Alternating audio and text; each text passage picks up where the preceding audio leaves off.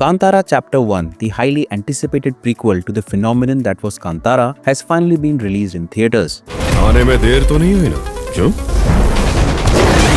Released across 7,000 screens in India and 30 countries and available in 7 languages, the movie set early records with massive advance bookings, reflecting huge anticipation globally.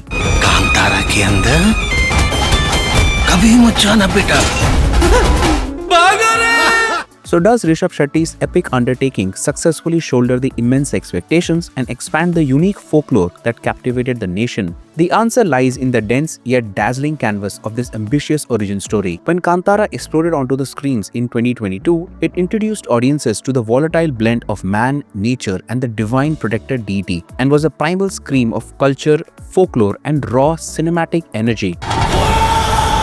Set largely in the 1990s, the film focused on Shiva, the unruly protagonist whose life was defined by a conflict over the forest land between the indigenous tribe, the bureaucratic forest department, and the greedy local landlord. The climax revealed the true legacy of Shiva's family. His ancestor was the deity's chosen conduit, and the film ended with Shiva embracing his divine destiny after confronting the oppressive forces, only to vanish into the forest, mirroring the fate of his own father, who disappeared decades earlier. This cycle of sacrifice and protection cemented the film as a cultural touchstone, but also with a lingering question: what happened to Shiva's father?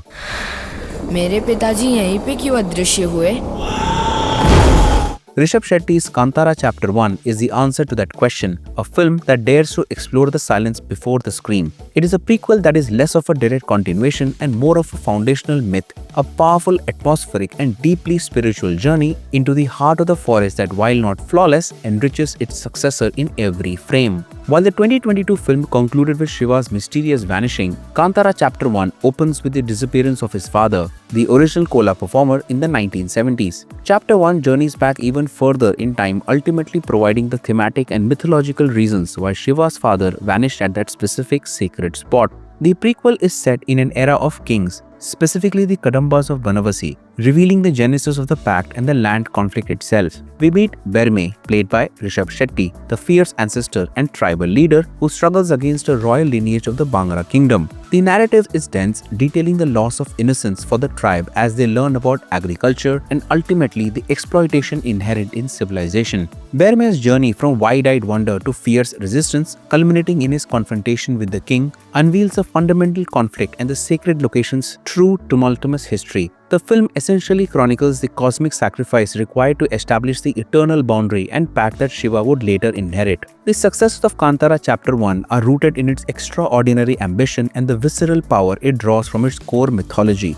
Foremost among these is Rishab Shetty's magnetic commitment. Stepping into the role of the ancestor Berme, Shetty delivers a performance that is nothing short of captivating. While the element of surprise from the 2022 film is gone, his portrayal in the divine Kola sequences is even more primal and raw. He beautifully captures Berme's transformation from a figure of wide-eyed innocence and curiosity to a terrifying, necessary connection with the sacred deity. These ritual moments, along with the superb invention of a Kola sequence with a twist in the climax, are engineered to deliver intense, authentic cinematic goosebumps that anchor the entire epic.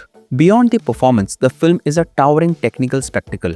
Hombale Films and Shetty have scaled up the production, delivering visuals that demand a big screen experience. The VFX work, particularly involving the animals and the rendering of the mythological elements, is a significant technical leap, fully supporting the grand scale of the narrative. Crucially, the film delivers on its promise of spectacle with two standout sequences. The interval block and the extended climax war portions are magnificently choreographed and charged with divine energy, ensuring the audience is captivated. It's clear that Rishab Shetty magnified his vision and ambition, making these concluding moments nothing short of cinematic madness. The action sequences are overall terrific, including a standout chariot chase sequence in the first half that is superbly conceived and executed, complete with high-quality visual effects.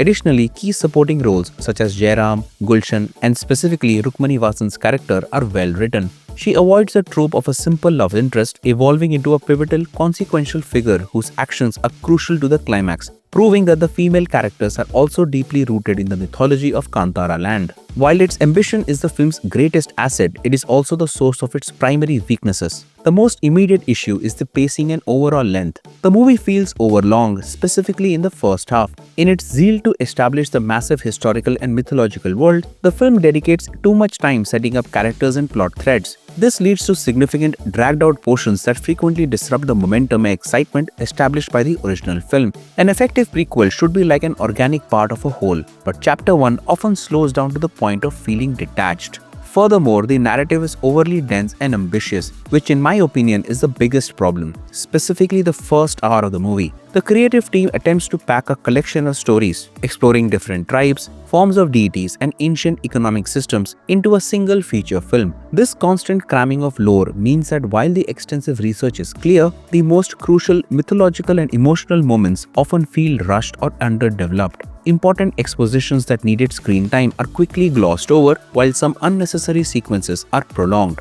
This imbalance prevents the film from fully doing justice to the historical weight it aims to carry.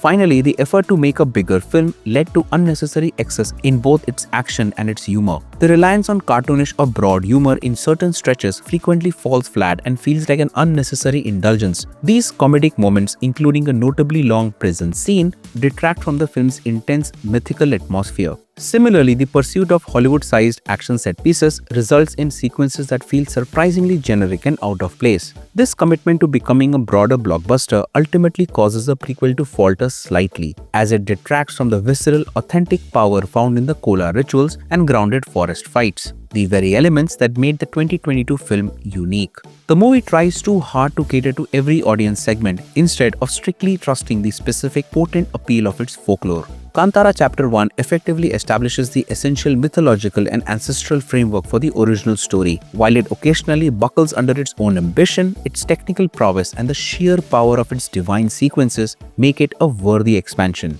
By chronicling Berme's ultimate fate, the film closes the narrative loop established by Shiva's father in the 1970s and solidifies the unbroken cycle of a tribal hero, the divine protector, and the ultimate sacrifice required to guard the forest. With the foundation of the sacred pact and the origins of the land conflict now clear, the stage is set for the announced Kantara Chapter 2. This upcoming film is slated to be a sequel to the events of Chapter 1, but it will remain a prequel to the 2022 Kantara. It may chronicle the various generations who became the deity's conduit, detailing how the king's descendants continued to challenge the pact and how the tribal lineage maintained their sacred duty. This intermediate chapter can now fully delve into how the legend was sustained, bridging the gap by showing the ancestors of the landlord and the evolution of the conflict, leading directly to the events that compelled Shiva's father to disappear. Did this prequel successfully enrich your understanding of the Kantara mythology, or did you prefer the original's more focused narrative style? Let me know in the comments below. If you found this video insightful, then please check out our video about which actor should play the role of Kali in the YRF spy universe right here. Thanks for watching, and I'll see you in the next one.